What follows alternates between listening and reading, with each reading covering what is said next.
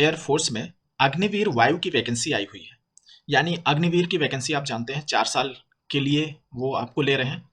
उसके बाद 25% को परमानेंट करेंगे, लेकिन जिनको परमानेंट करेंगे उनका अलग से एग्जाम होगा। इसमें मेल और फीमेल यानी लड़के और लड़कियां दोनों अप्लाई कर सकते हैं। बस कंडीशन ये है कि उनकी शादी ना हुई हो, अनमैरिड चाहिए और 10+2 पास किए हुए चाहिए। डेट ऑफ बर्थ एक बार समझ लीजिए, 27 जून 2002 से लेकर के 27 दिसंबर 2005 तक के लोग अप्लाई कर सकते हैं। तो एज लिमिट 21 ईयर की है मैक्सिमम।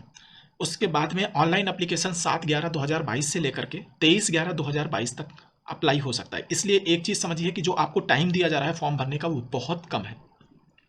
ये इसलिए तुरंत ही अप्लाई, जैसे ही स्टार्ट होता है फॉर्म भरना आप तुरंत अप्लाई कर दीजिएगा। और एग्ज़ाम डेट 18 जनवरी 2023 या उसके बाद में कभी रहेगी। ऑनलाइन टेस्ट होगा, एग्ज़ाम जो होगा वो ऑनलाइन होगा। अप्लाई कहाँ से करेंगे? जो आप वीडियो देख रहे हैं इसी के नीचे डिस्क्रिप्शन में है, वहाँ से अप्लाई कर दीजिएगा। आइए जल्दी से इसकी डिटेल वैकेंसी के बारे में देखते हैं, क्योंकि इसमें जानने को बहुत कुछ है। आइए देखते हैं। फॉर्म फीस आपकी 250 रुपये लगेगी और उसको आप ऑनलाइन पे कर सकते हैं। इसके बाद में आपका एलिजिबिलिटी क्राइटेरिया होता है, वो हम आपको बता रहे हैं। एज हमने 21 साल बता दी और जो डेट ऑफ बर्थ की टाइम लाइन थी वो बता दिया। अब आपको एजुकेशनल क्वालिफिकेशन मेन है वो बताते हैं। साइंस के सब्जेक्ट के लोग 10+2 होने चाहिए। मैथ, फिजिक्स और इंग्लिश कम से कम उनके सब्जेक्ट होने चाहिए और मिनिमम 50% उनके मार्क्स 50% मार्क्स होना चाहिए। और इंग्लिश में 50% जरूरी है, यानी टोटल 50% होना चाहिए, उनमें इंग्लिश में 50% जरूरी है। 3 ईयर का डिप्लोमा इंजीनियरिंग में किए हुए हैं, mechanical, electrical, electronics, automobile, computer science, instrumentation, information technology, किसी भी इस ब्रांच में आपने किया है, डिप्लोमा कर लिया है, तो आप इसके लिए एलिजिबल हैं। बस आपका 50% मार्क्स होना चाहिए टोटल और अंग्रेजी में 50% जरूरी है। लेकिन अगर डिप्लोमा के कोर्स में आपकी इंग्लिश सब्जेक्ट नहीं है तो इंटरमीडिएट में आपका 50% होना चाहिए। समझ लीजिए कि अगर डिप्लोमा में नहीं है, आपके मान लो इंग्लिश सब्जेक्ट नहीं था, एज सच इंग्लिश सब्जेक्ट, तो आपका 12th में होना चाहिए या हाई स्कूल में होना, या तो 12th में होना चाहिए या हाई स्कूल में होना चाहिए। अगर आपने 2 साल का वोकेशनल कोर्स किया हुआ है और उसमें सब्जेक्ट फिजिक्स और मैथ है तो भी आप अप्लाई कर सकते हैं। उस केस में भी 50% मार्क्स होना चाहिए और 50% इंग्लिश में भी होना चाहिए।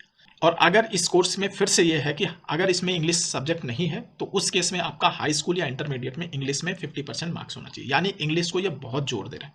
अब आ जाते हैं कि अदर देन साइंस पे क्या है। जो 10+2 पास हो गए हैं उसके बाद में उनका टोटल 50% होना चाहिए और इंग्लिश में फिर से 50% होना चाहिए। 2 ईयर का वोकेशनल कोर्स किया है उस केस में भी 50% होना चाहिए और इंग्लिश में भी 50%। अगर उसमें सब्जेक्ट नहीं है तो इंटरमीडिएट या हाई स्कूल में इंग्लिश में 50%। अब एक और बात है कि वो कैंडिडेट जो साइंस वाले हैं उनको दोनों में अप्लाई करना चाहिए, यानी साइंस में तो अप्लाई करेंगे ही क्योंकि उन्होंने साइंस लिया है, और नॉन साइंस में भी उन्हें अप्लाई करना चाहिए क्योंकि वो उसके लिए भी अप्लाई कर सकते हैं। तो साइंस वाले सब्जेक्ट के लिए जो जिन्होंने साइंस लेके 12th किया उनके लिए बहुत बड़ा एडवांटेज है। एक और चीज़ कि आपका जो एग्जाम्पल के तौर पे इन्होंने दिया है कि 49.99 should be consider as 49 not 50, यानी 49.99 वाले अप्लाई नहीं कर सकते। तो बहुत श्योर होना चाहिए 50% या उसके ऊपर, इसमें कोई डाउट नहीं होना चाहिए। फिजिकल स्टैंडर्ड देख लेते हैं फटाफट। मेडिकल स्टैंडर्ड मतलब अग्निवीर वायु के लिए जो मिनिमम एक्सेप्टेबल हाइट है 152.5 सेंटीमीटर, चेस्ट का जो मिनिमम रेंज ऑफ एक्सपेंशन है 5 सेंटीमीटर होना चाहिए, वेट प्रपोर्शन टू हाइट होना चाहिए, हियरिंग शुड बी नॉर्मल होना चाहिए, डेंटल गुड होने चाहिए, चौथा डेंटल पॉइंट होने चाहिए, जनरल हेल्थ सब कुछ ठीक होना चाहिए। ये है सीक्वेंस ऑफ एग्जाम देख लेते हैं। फेज 1 ऑनलाइन टेस्ट होगा। इसमें फेज 1 में जो ऑनलाइन टेस्ट होगा उसमें आपको सेंटर और एग्जाम सेंटर और लोकेशन आपको पहले बता दी जाएगी। एडमिट कार्ड आपका 2 दिन पहले इशू होगा, आप उसको डाउनलोड कर लेंगे। उसके बाद में ऑनलाइन टेस्ट में इंग्लिश और हिंदी 2 ही तरीके के होंगे, लैंग्वेज होगी, और इंग्लिश वाले में हिंदी नहीं होगा। तो इसका मतलब है कि बाकी सारे में इंग्लिश और हिंदी दोनों रहेगा और इंग्लिश में केवल इंग्लिश लैंग्वेज रहेगी। ठीक है, बोथ सब्जेक्ट के टेस्ट एक बार में ही सिटिंग में हो जाएंगे। तो आइए देखते हैं इसके बारे में। तो जो साइंस सब्जेक्ट के हैं उनको इंग्लिश, फिजिक्स और मैथमेटिक्स 3 सब्जेक्ट देने हैं। इसमें 60 मिनट का पेपर होगा। और जो नॉन साइंस के हैं, अदर देन साइंस वाले हैं, उनको 45 मिनट मिलेगा। English plus reasoning and general awareness का सेक्शन मिलेगा। तो ये इसमें भी 3 सेक्शन है, रीजनिंग है, जनरल अवेयरनेस और इंग्लिश है। जो साइंस और नॉन साइंस वाले दोनों हैं उनको 85 मिनट मिलेगा और 85 मिनट मिलेगा, और उनके पांचों सब 4 या 5 जो भी कह लो उसको 5 सब्जेक्ट मिलेंगे। इंग्लिश रहेगा, फिजिक्स रहेगा, मैथ रहेगा, रीजनिंग रहेगा और जनरल अवेयरनेस रहेगा। इसके लिए उनको 85 मिनट मिलेगा। इसमें एडवांटेज क्या है, ये क्यों दें इसको साइंस वाले, क्योंकि हो सकता है साइंस में उनका कंपटीशन ज़्यादा हो तो वो ना पास कर पाए, तो हो सकता है साइंस वाले नॉन साइंस में पास कर जाए, तो दोनों में से आप कर सकते हैं। मार्किंग होगा, एक क्वेश्चन 1 मार्क का रहेगा। नहीं अटेम्प्ट करेंगे कोई नंबर नहीं कटेगा, अगर अटेम्प्ट करेंगे तो 0.5, अगर गलत अटेम्प्ट करेंगे तो 0.25 कट जाएगा। कैंडिडेट, ये तो हो गया एक जो ऑनलाइन टेस्ट हुआ। इसके बाद में एक और चीज़ है कि इसमें जो सभी पेपर है ना, सभी पेपर में जैसे ये सब में अलग अलग कट ऑफ रहेगा। अंग्रेजी में आप अगर वीक हैं, अंग्रेजी में आप कट ऑफ नहीं क्लियर कर पाते तो आप फेल हो जाएंगे, चाहे मैथ में कितना बढ़िया परफॉर्मेंस कर लें, फिजिक्स में कितना बढ़िया परफॉर्मेंस कर लें। तो सभी सब्जेक्ट का अलग अलग कट ऑफ होगा, ये ध्यान रखिएगा।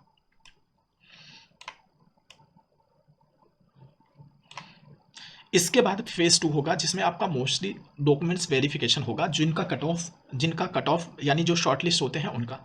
उस समय आपको कलर प्रिंट आउट ले जाना है फेज 2 का, और कलर प्रिंट आउट लेके जाना है जो ऑनलाइन रजिस्ट्रेशन अभी करेंगे। तो ऑनलाइन रजिस्ट्रेशन को ध्यान करके सेव करके अपने पास रखिएगा। पेंसिल, इरेजर, बाकी ग्लू ये सब लेके जाना है। 8 copies of unattested passport size colour photograph ले जाना है, जो आपने इसमें लगाया होगा, किसमें, जो अभी आप रजिस्ट्रेशन करेंगे उसकी कितनी 8 कॉपीज, तो आप उसको सेव करके रख लेना। Original and 4 self attested photo copies of high school marksheet, यानी जो ओरिजिनल है वो भी ले जाना है और 4 कॉपी अपने से खुद से अटेस्ट की हुई लेके जाना है। अब जो डिप्लोमा वाले हैं उनको भी यही सेम करना है, ओरिजिनल ले जाना है और 4 सेल्फ अटेस्टेड लेके जाना है। इंटरमीडिएट की ओरिजिनल और 4 जो है 4 जो है फोटो कॉपीज ऑफ 12th की लेके जाना है, और इसी तरीके से डिप्लोमा वालों की लेके जाना है। वोकेशनल कोर्स जिनके पास है वो वाले लेके जाएंगे। सर्टिफिकेट जो सन ऑफ एयरफोर्स यानी जो बेटे हैं उन लोगों के लिए भी वो वाला सर्टिफिकेट लेके जाना है। ओरिजिनल फेज 1 का एडमिट कार्ड भी लेके जाना है आपको, और original 4 self attested photo copies of NCC certificate अगर आपके पास है। अगर जो लोग इससे इंडियन एयरफोर्स से बाहर कर दिए गए हैं किसी वजह से, वो लोग उसमें नहीं चाहिए। आपको अगर कोई स्किल है, कोई अचीवमेंट है, तो वो आपको इसी स्टेज पे आपको बता देना है ताकि वो आपका कंसीडर हो जाए। वेरिफिकेशन एलिजिबिलिटी यहाँ पे कर लेंगे। इसके बाद फिर से कोई भी कैंडिडेट फेज 2 में अगर आपने ओरिजिनल मार्कशीट या डॉक्यूमेंट्स लेके नहीं गए तो आपको फेज 2 में फेल कर देंगे वो, ठीक है। इसलिए आपको सबको लेके जाना है। अब इसके बाद में हो गया इंटरनेट कॉपीज ऑफ मार्कशीट, वो एक्सेप्ट नहीं होगी। आप फिजिकल टेस्ट देख लेते हैं क्या है। तो आपका इसके बाद में देखो ये हो गया। इसके बाद में आपका फिजिकल टेस्ट होगा जिसमें आपके 1.6 किलोमीटर दौड़ाएंगे 6 मिनट 30 सेकंड में। फिर से सुनिए, 1.6 किलोमीटर दौड़ाएंगे 6 मिनट 30 सेकंड में। उसके बाद 10 पुशअप चाहिए, 10 सिटअप चाहिए और 20 स्क्वाट चाहिए with in the stipulated time limit, ठीक है। स्पोर्ट्स शूज और ट्रैक सूट लेके जाना है आपको फेज 2 के लिए। इसमें एडॉप्टेबिलिटी टेस्ट भी होगा, टेस्ट 1 और टेस्ट 2, जिसमें आपके ऑब्जेक्टिव टाइप के क्वेश्चन होंगे। वो आपको ये चेक करेंगे कि आप वेदर में, मतलब ऑपरेशन कंडीशन में कैसे काम करोगे। आपसे पूछा जाएगा कि आपके ऊपर पास में बम गिर गया तो क्या करोगे। इस टाइप की एडॉप्टेबिलिटी टेस्ट 2 टेस्ट होंगे ऐसे, ठीक है। तो आपसे ऐसे सवाल करके एडॉप्टेबिलिटी टेस्ट इतना कठिन नहीं होगा, लेकिन आपको हर सवाल का जवाब ऐसे देना है कि आप एयरफोर्स में बस घुसना ही चाहते हो, चाहे जो हो। दिमाग में ये क्लियर होना चाहिए। वो बोलेंगे इधर गोला गिरेगा तो क्या करोगे, आपके कान के पास से गोली चली गई तो क्या करोगे, भाग जाओगे, क्या करोगे। इस तरीके के टेस्ट रहेंगे, वो आप अपना देख लेना। लेकिन इनमें 2 टेस्ट होंगे जो आपको ये इंश्योर करेंगे कि आप कितना विलिंग हो ज्वाइन करने के लिए, ठीक है। इसके बाद में मेडिकल होगा, यानी 3rd फेज में मेडिकल होगा। अब तक आपने क्या कर दिया, ऑनलाइन टेस्ट पास किया, डॉक्यूमेंट्स वेरिफिकेशन में 2 टेस्ट किए गए आपके। एक तो हो गया फिजिकल एफिशिएंसी टेस्ट या फिजिकल फिटनेस टेस्ट हो गया। उसके बाद में एडॉप्टेबिलिटी टेस्ट 1, एडॉप्टेबिलिटी टेस्ट 2। अब फेज 3 में आते हैं मेडिकल एग्जामिनेशन, 2 की फाइनल वाला है। इसमें haemoglobin, urine, blood, cholesterol, urea, LFT, x ray chest, ECG, narcotic drugs, तब ये सारी चीज़ें चेक की जाएंगी। और अगर आपको मेडिकल में फेल कर देते हैं तो आपके पास अपील का ऑप्शन होगा, जिसमें 40 रुपये फीस दे करके आप। अब एक फाइनली एक और चीज़ कि आपकी टर्म्स एंड कंडीशन क्या होंगी, आपको क्या मानेंगे, वो कितना रिस्पेक्ट देंगे, वो सब बातें अब एक बार कर लेते हैं फटाफट। आपको ये चीज़ें पता होंगी। तो आपको परमानेंट वाले हैं उनसे अलग माना जाएगा, यानी आप डिफरेंट रहेंगे उनके यहाँ जो रैंक है। और आप 4 साल के लिए जाएंगे, इसका 4 साल के लिए आप एंट्री ले लिए, इसका ये मतलब नहीं कि आपको वो रख लेंगे, ये साफ साफ पहले ही लिख देते हैं। उसके बाद में 25% को वो एनरोल कराएंगे जो ऑल इंडिया लेवल पे फिर से वैकेंसी के थ्रू ही होगा। आपकी जो लीव मिलेगी, आप समझिए 3 महीने की ट्रेनिंग, 3 महीने की लीव अभी मिलती है जो रेगुलर वाले कैंडिडेट हैं, लेकिन आपको 30 दिन की छुट्टी मिलेगी, केवल 30 दिन की छुट्टी मिलेगी, ठीक है। सिक लीव आपका जैसे मेडिकल अलाउ करेगा, यानी वहाँ है मेडिकल टेस्ट होगा, उस पर आपको सिक लीव मिल जाएगी।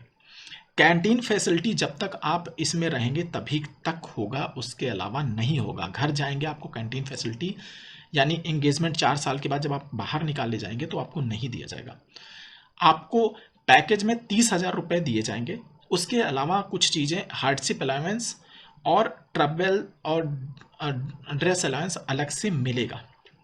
अब आप एक बार समझ लीजिए इसमें कैसे होगा, और आपको पता होगा कि फर्स्ट ईयर में 30,000 रुपये दिए जाएंगे, जो 21,000 पहली साल आपके हाथ में आएंगे, हाथ में, और 9,000 रुपये फंड में जाएंगे, और 9,000 रुपये गवर्नमेंट डाल के आपका 18,000 रुपये कर देगी। तो टोटल आपकी जो सैलरी बनेगी 1 महीने की 39,000, आप समझ लीजिए टोटल।